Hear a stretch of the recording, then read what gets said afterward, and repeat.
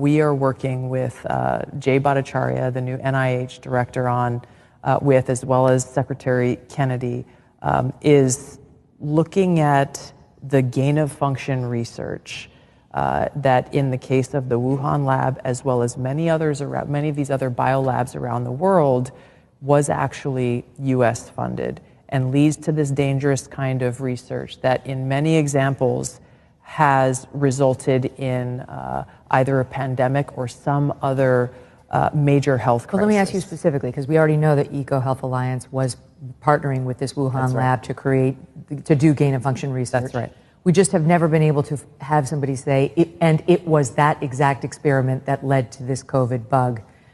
But have we gotten there? What's the new thing that you're digging in on? We are working on that with Jay Bhattacharya and look forward to being able to share that, hopefully very soon. Okay. That specific link.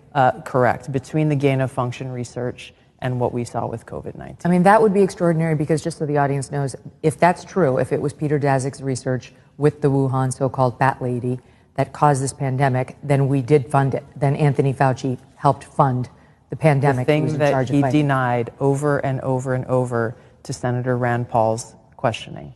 That's right, under oath. Under oath, exactly. So is it any wonder that he sought a preemptive pardon for anything during a certain period of time by President Biden before he left office? And then strong-armed and smeared people like Dr. Jay Bhattacharya, anybody who came out and said, I don't know if that's natural. This actually smacks of lab. And the reason why this is so important is not just what happened in the past, it's because this gain-of-function research is happening in biolabs around the world. I got attacked, and I think you saw this, we've probably talked about it on your show before, when I warned against US-funded biolabs in Ukraine when the Russia-Ukraine war kicked off for this very reason. Who knows what kinds of pathogens are in these labs, and if released, could create another COVID-like pandemic.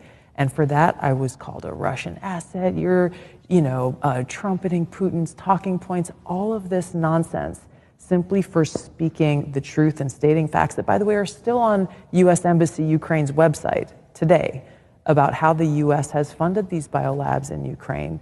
But my point is, in order to prevent another COVID-like pandemic or another major health incident that could affect us in the world, we have to end this gain-of-function research and provide the evidence that shows exactly why and how it's in our best interest, the American people's best interest, to bring about an end to it.